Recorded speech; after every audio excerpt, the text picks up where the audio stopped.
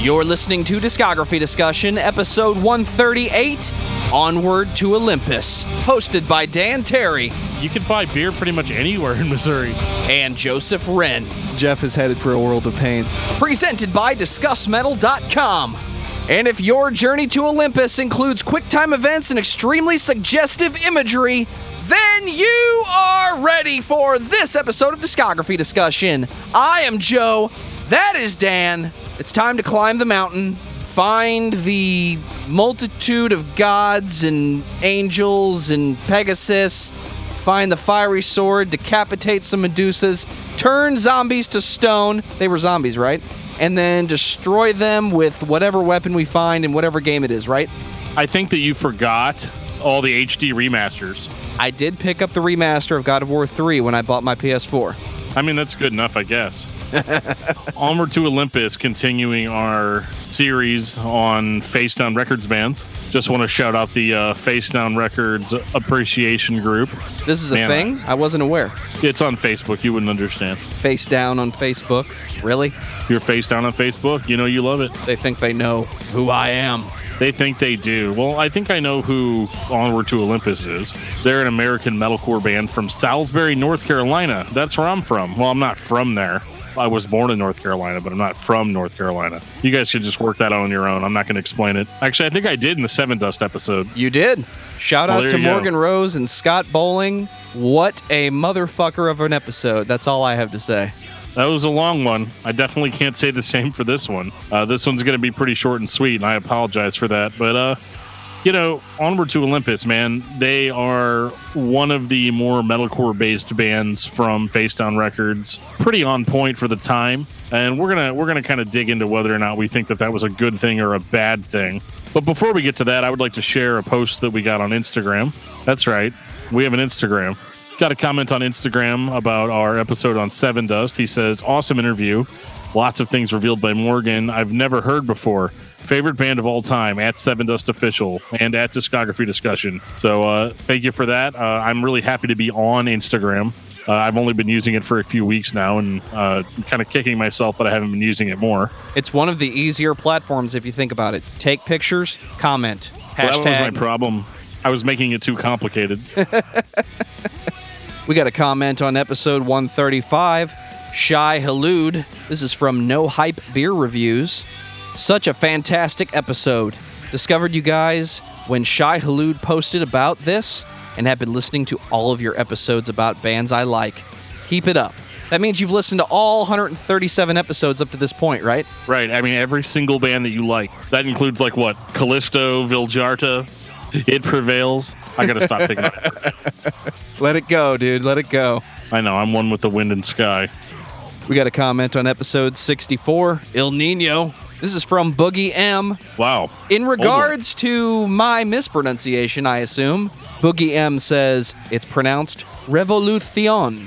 Sorry, but I couldn't help myself. And neither could I. I can't guarantee I did it right this time. Yeah, I can't guarantee that either. I mean, I just pronounced it the best I thought that I could. I want to try really hard, but let's just be honest, I don't always. To be fair, when he's screaming it at that volume with both hands cupped around the microphone, it basically sounds like what we said, even though we were technically wrong. Hard to determine them screaming vocals. One more. This is from our wonderful patron, Native Keebs. Could we potentially down the road get a Patreon review episode on Ice Nine Kills, The Silver Scream, and possibly Earn a Lift? Love the podcast, guys, and the reviews. Keep it up. I believe Ice Nine Kills just made it to the schedule. Well, they're actually on the long list. Instead of just doing a Patreon review, why not just do all of them? I mean, that's kind of our thing, right? That is what we do. So you could be looking forward to that sometime soon. And by sometime soon, I mean within the next 2 years. Episode 400. Well, before we continue with long-term plans, I want to take this time to say thank you to everyone for listening to the podcast. Thank you for listening and for subscribing. If you are not a subscriber, then you can find everything Discography Discussion at discussmetal.com. We are on Spotify, Apple and Google Podcasts, TuneIn Radio, Stitcher. So if you have an Amazon Echo or a Google Home, you have no excuse. Ask it to play the latest episode of the Discography Discussion podcast, and it will. We're also on Facebook and on Twitter at Discuss Metal. Be sure to like, favorite, and subscribe. It really helps us out. It lets us know you're listening. And now Dan is going to tell us all about 5-star reviews. We do enjoy our 5-star reviews here on Discography Discussion, but please, guys, share the episodes. Sharing the episodes has been the biggest help to us recently that I've noticed, more so even than the 5-star reviews. If you feel like you need to review us, definitely review us, but sharing the episode helps us out exponentially. Yeah. So, Dan, tell me about Onward to Olympas. Onward to Olympas is an American metalcore band from Salisbury, North Carolina. Started in 2005 and ended in 2013. I'll tell you what, man, this is one of those bands that I always considered to be a hype band. Everybody was always like, check out Onward to Olympas. And I would check them out and I'd be like, these are pretty decent riffs. I like how angry the vocalist is. I like the way the band sounds. Like overall, I like their sound. I don't necessarily find them to be super compelling, and we'll get into why that is as we go. I know I've heard this band before, but I've definitely skipped over them in that I never once picked up a record and said, Onward to Olympas, who's that? I'm going to listen to it. I did get a copy of Indicator when we picked up the Facedown 20 records for $20. Yep. And that's kind of what I'm getting at. I listened to it because I own it now, but I was not compelled to look up more music by the band. Well, the first time I heard them was whenever their first official album, This World Is Not My Home, came out. It came out on Facedown, so it had, all the hype that would be associated with that. All the hype that money can buy. I wouldn't necessarily say that. I mean, it's still a Facedown band, so they're not necessarily rocking like Rolling Stone's top 20 or something like that, but they are definitely a band that kind of earned their place. They started in 2005 rather, and put out an independent album in 2007 before signing to Facedown. So they definitely had a little bit of history, 5 years as a band prior to releasing their most people would call their debut. But we have to talk about the independent album because it's an album. And at this exact time, I'm the only person out of the two of us that's heard it. I found this online a long time ago. You can't really find it anywhere, and I don't even know why we're wasting time talking about it. I just kind of feel compelled to, because you can't find it on YouTube. You can't find it anywhere. And I think a lot of it is because, man, there's really no nice way to say it. It just sucks. I haven't heard it recently. I'm sure we went over it once on the way to a insert name of band show, but it doesn't exist anywhere that I could locate. I completely forgotten about it until last week. So, unfortunately, I don't have an example to play for the listener. If you own it or if you can find it, congratulations. You have access to a record I have not heard today. Well, I'm not to be too mean to the band, but I mean, Joe, you're kind of better off. Let's just be real here. So they had a different singer whenever they first started, named Chris Davis, and he doesn't suck. It's almost like he thinks he's singing for a band that's way heavier. It's the same complaint that you make all the time about, like, you have subpar production, like the music sounds bad, and maybe the actual disc doesn't sound like this, but I don't have the disc. I just have the MP3s, and I don't know if these were ripped from like a MySpace stream or something like that, but it just doesn't sound good. But then the vocals are turned up so loud over everything, it just doesn't really, like, it sounds disjointed. It's hard to get into the songs for that reason, as the music sounds very thin and lo-fi, and then the vocals come in super, super loud, like they were recorded somewhere else. And I think the biggest issue I have with this is that it uses a few of the same riffs. Like there's a song on This World Is Not My Home called Overcoming, but on this album it's called Blue Tennessee, and it's hard to listen to because I'd already heard the better version of it, and so this just sounded really sloppy and slow. The band makes a lot of mistakes on the record, just a lot of general sloppiness. Like, I can see where they're going musically, but it just doesn't hit. It sounds like an independently released album. It doesn't sound particularly good, but it kind of gets its point across. Does it sit in the same place that the Plea for Purging original independent demo does for you?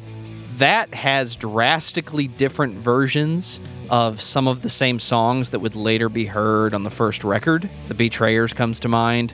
If you want to hear that with, I'm not going to say metalcore vocals, but just a different type of heavy. But not Andy Atkins. Definitely not Andy Atkins. Does this have any appeal at all? Or is it just move on, dude, to the real thing.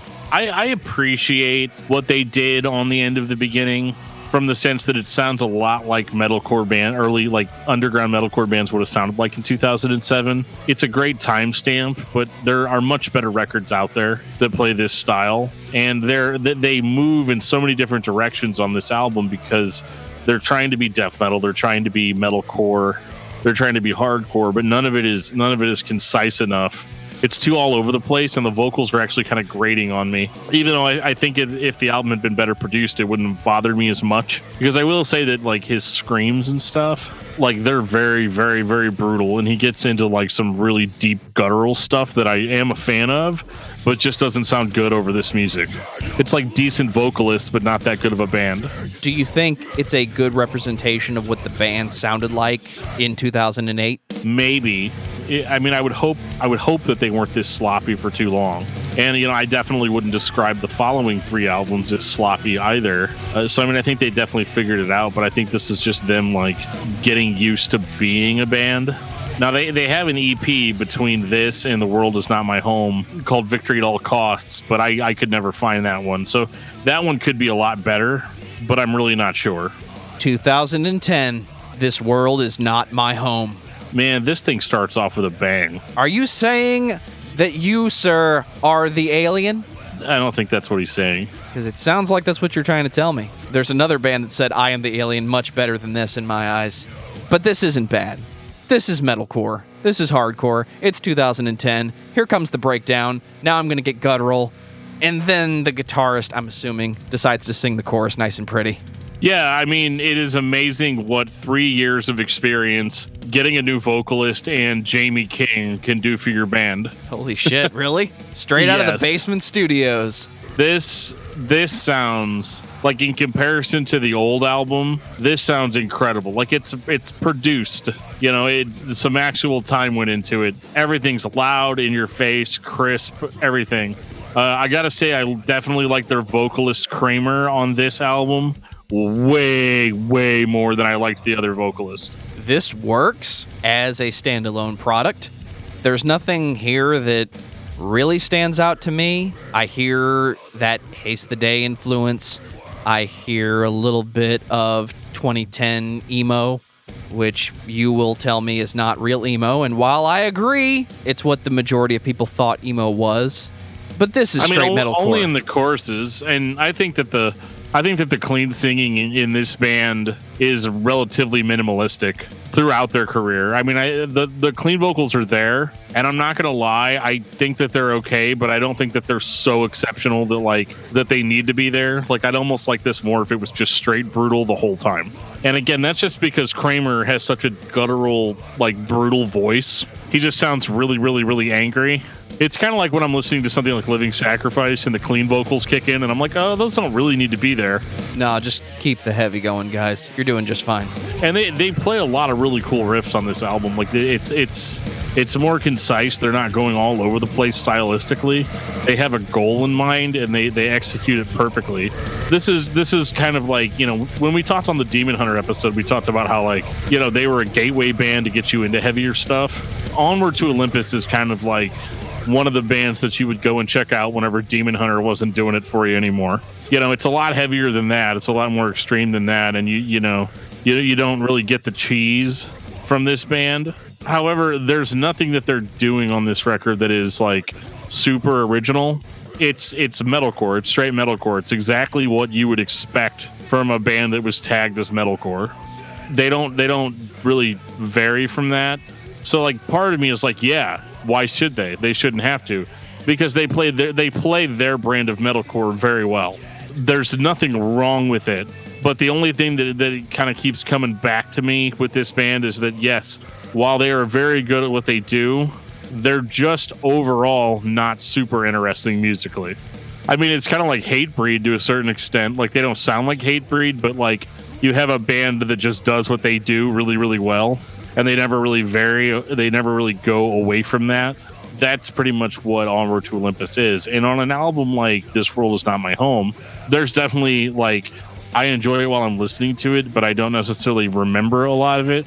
And this is after listening to the album for years and years and years. I mean, I really gave this album a chance whenever I got it. And I still, every now and again, go back to it, just seeing if there's something that I missed about it, because so many people love this band. And I can totally understand why, because they do what they do very well. But like on This World Is Not My Home, Overcoming is one of the only songs that I remember that has anything close to a hook that wasn't like a clean chorus. And that's what you're looking for. You're looking for a reason to go back to the album. I'm looking for that X factor. Like, why would I listen to Onward to Olympus over, I don't know, a band like Your Memorial or Sleeping Giant or, oh man, what's another good Facedown band? Wrench in the Works. Oh, shit. You know, like bands like that. Like those bands, and those bands that I all mentioned, they all kind of have their own unique thing about them. So like, Your Memorial is super melodic, and that's kind of their X factor. They're gonna bring it brutal, but also like really make it beautiful. Sleeping Giant, whom we've already talked about, you know, they've got that melodic, almost nu metal sound to them that makes them really interesting to listen to.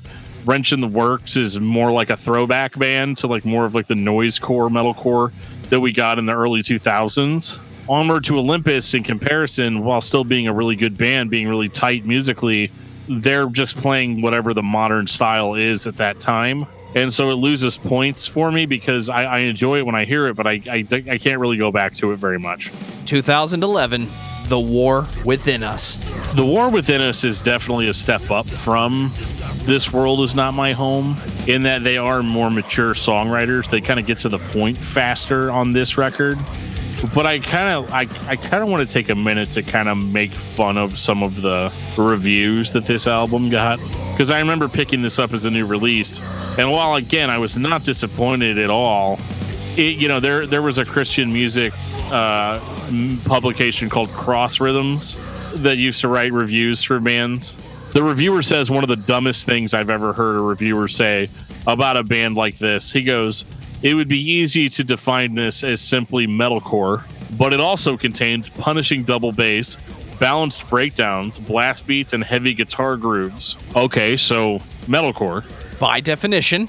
Like, right? Is it like, am I missing something here? Like when he says that it would be easy to define it as metalcore and then turns right around and defines it as exactly that.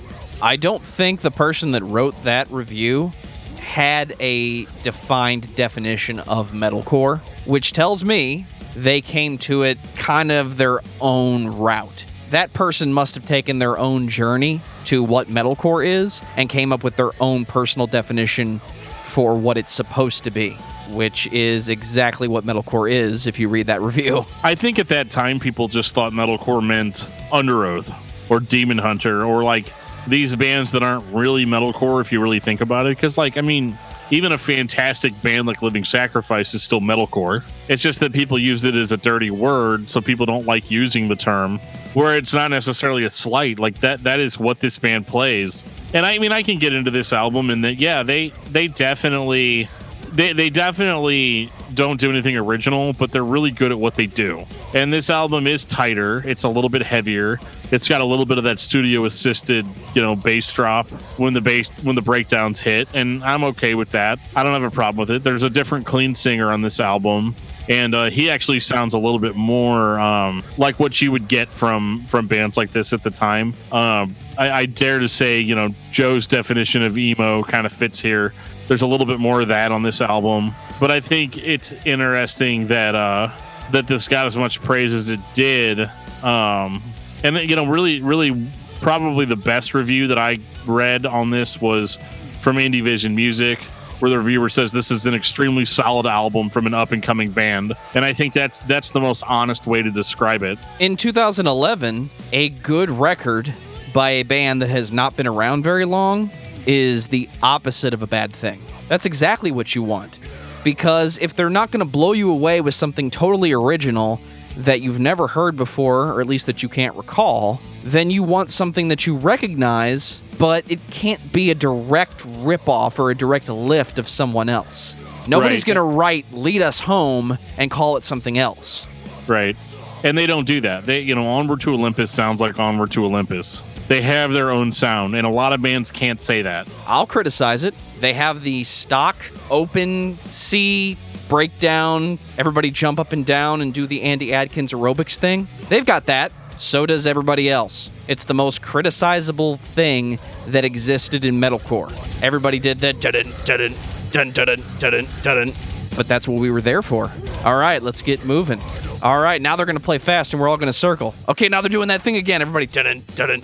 I can't make fun of them for anything else. Yeah, and I'm not here to make fun of them. I think that they're a great band. I just think that they are a little bit directionless in that, like they set out just to sound like this, and they do, so the mission accomplished. Congratulations. But I think the problem is that, like, especially on this record, is they're trying to mix the old school brutality with a little bit more melody, and I don't necessarily think it always works on this album. They're still trying to figure out, like, we already know that we're good at being heavy, but how do we be melodic and it not sound cheesy? And they kind of succeed, they kind of don't on this record.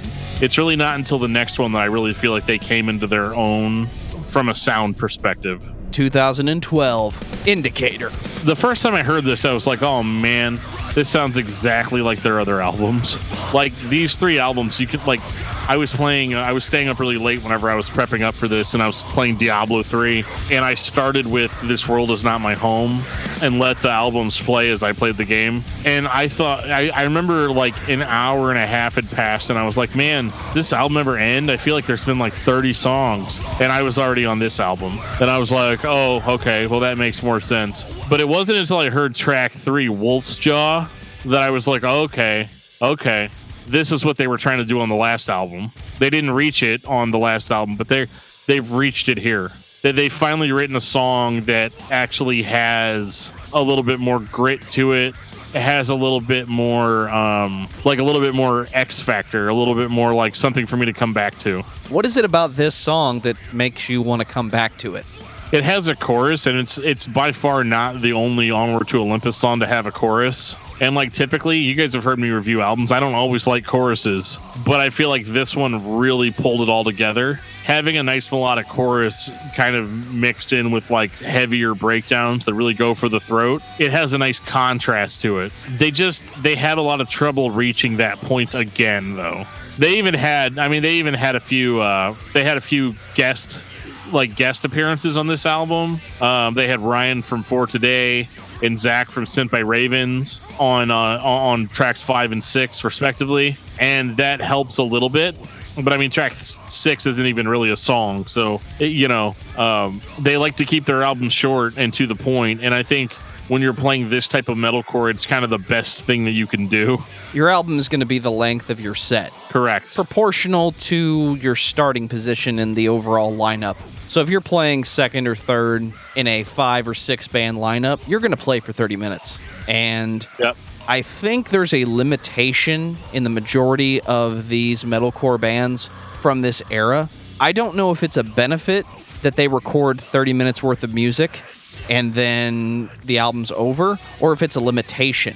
And I think a band like Onward to Olympas is a good example of, if I really put this album back to back with one of the previous and give myself that old school hour-long record, you're right. You get bored because you start to hear the same thing over and over and over again, and you want that to stop at about the 30-minute mark. Eventually, yes.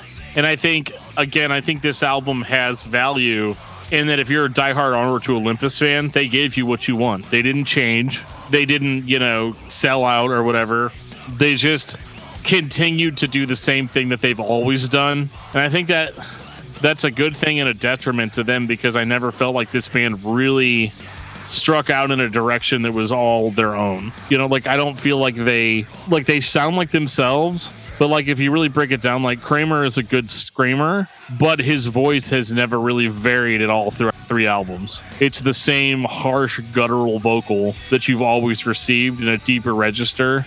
He doesn't really mix it up that much with like higher screams or anything like that. And even though I think that he can scream out a solid hook, Like, he can actually scream a hook. They don't do it enough to make the albums interesting. I don't know if that's his fault or if that's just the music that they play, but, you know, like I said, they're not a bad band. They don't do anything wrong, but they're just not something that you're going to be able to hold on to. And as soon as I make this statement, somebody's going to send me an email saying that I'm wrong. But I just don't feel like they are like somebody's favorite band material. I think they serve the purpose that they set out to serve, but I don't see anybody being like, yes, these guys are uniquely my favorite band. How many times in the history of this podcast have we had a band like this that is arguably enjoyable, but equally not innovative? I mean, quite a few times. I mean, It Prevails comes to mind. Oh, I did it again. I picked on It Prevails again. It's just... It might be metalcore that's the most guilty. The bands that did innovate left their mark. We know who they are. But you have countless imitators. And there are so many that you can enjoy listening to while you're listening to them, but they don't leave you with anything that says, oh yeah, dude, you got to hear this again. Onward to Olympus is another example of, yeah, if I'm into metalcore and I want to listen to metalcore today, I can listen to this, but I am yet to hear something that says, go get the records by Onward to Olympus, put them all on, we're going to listen to them back to back, it's going to be great. Between the Barrett and me, I can pick out a record and have a reason for listening to it. This is just another example of which one do I want to listen to today. I'm enjoying it while I'm listening to it, but that's it. Again, if you're at a live show and this band comes on, you're in. I'll see you in 30 minutes, dude. Yeah, dude. It'll be great. You might even have a black eye, you know? DDT. But beyond that, I don't think that they provide that much to contribute to the genre. Now, one of the things that I want to ask, because Facedown Records was never as big as like Solid State was, as far as like Christian metal and hardcore labels. So I guess my question is yes, were they generic? Yes. But were they good for Facedown? And I'm going to say that they were, because Facedown didn't have, I don't know, they didn't have like a solid, at least during that time, a solid metalcore band that was digestible for everyone. So I think that they served that label really well in that regard. So this band beefs up the end cap at the record store. Yeah. Like this band is, they're the guys that show up. They're the guys that you can rely on, you know? I need you guys to go out there, do a 30-minute set, get the crowd hyped up. Ladies and gentlemen, Haste the Day. Right, but like Haste the Day had the X factor, and Onward to Olympus doesn't have that. And I understand why they ended up breaking up, because they just never really caught on. And I can understand why, because, you know, the window of time where this kind of music was expected and acceptable 5 was years. Very short window. So I mean, in that regard, they did everything they set out to do, but they were never destined to be a mainstream band. And I think it's okay. I just don't necessarily think I'm going to remember them as the legacy band that some people remember them as. One thing that I mentioned is that I really do like Kramer Lowe's vocals. And he actually did go on after this band to join another band called Forevermore, who signed to Solid State right now. And I'm definitely interested in hearing them. I have not heard them yet. The record came out a couple years ago, so I need to get around to that. But I'd be interested to hear what that sounds like, and to see if that band might be a little bit more worth my time. Final thoughts on Onward to Olympus. Dan. You know, I'm not here to trash the band at all. Like I said, you know, I don't have the same contempt for them that I would have for like a Demon Hunter or an Under Oath or something like that. I think Onward to Olympus did a more than fine job of playing metalcore to a Christian audience, and kind of continuing the tradition of, hey guys, this Christian band I listen to is just as good as all these other bands that you listen to. I think they've got that. I just don't think they have the X factor to really make them a notable band. I think Onward to Olympus is another example of, I want to listen to metalcore today. What's this? Oh, this is okay. This is all they've got. And if this is what you're looking for, you're not going to be disappointed. And there are plenty of people that this is exactly what they're looking for. They want the pile of albums that's straight mid-2000s metalcore. You can't go wrong with it. It's just not bringing anything to the party. It's like the band showed up with a bottle of Jack Daniels and a case of Coke. You could have brought Jameson. You could have brought some obscure brand of scotch and some weird Mexican-made Coke product type thing.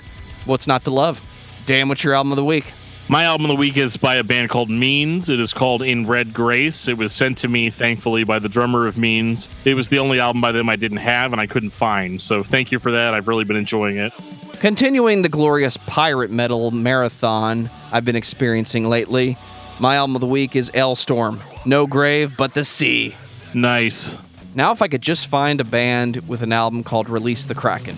It's going to happen. It exists somewhere. You might just have to do it yourself. Get Liam Neeson to do the background vocals. Have you ever been listening to this podcast and wondering, why do these guys talk about these bands? I want them to talk about these bands. Guys, I mean, we don't know. We can't read your mind. You have to tell us. There's a couple of different ways you can tell us. You can reach out to us on Facebook, on facebook.com/discography discussion. You can reach out to us on Twitter at Discuss Metal, or to me and Joe personally at Discuss Metal Dan and Discuss Metal Joe. We have a Discord server that's hopping. People are talking in there all the time with us in real time. We are on there. We will respond to pretty much any messages. We have a lot of fun being part of that community. If you want to join the discussion on Discord, you can click on the link in the show notes. It'll take you right there. We have an official group on Facebook for Discography Discussion. You can ask to join that group, and I will more than likely approve you. If you want to be old school about it, you can send us an email at danandjoeshow@gmail.com. And those are all the ways you can reach out to us. So, let us know what your favorite band is and how you're doing and anything else you want to tell us. And on that note, this has been episode 138 of Discography Discussion. Thank you for listening. You can like us on Facebook and follow us on Twitter at Discuss Metal. Subscribe to our podcast everywhere you listen to podcasts, including Google Play, Apple Podcasts, and Stitcher.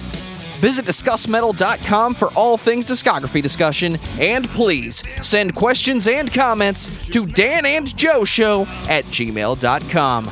If you are not a patron, you can become one at patreon.com/discussmetal. We have some sweet perks. I'm sure these cruises you find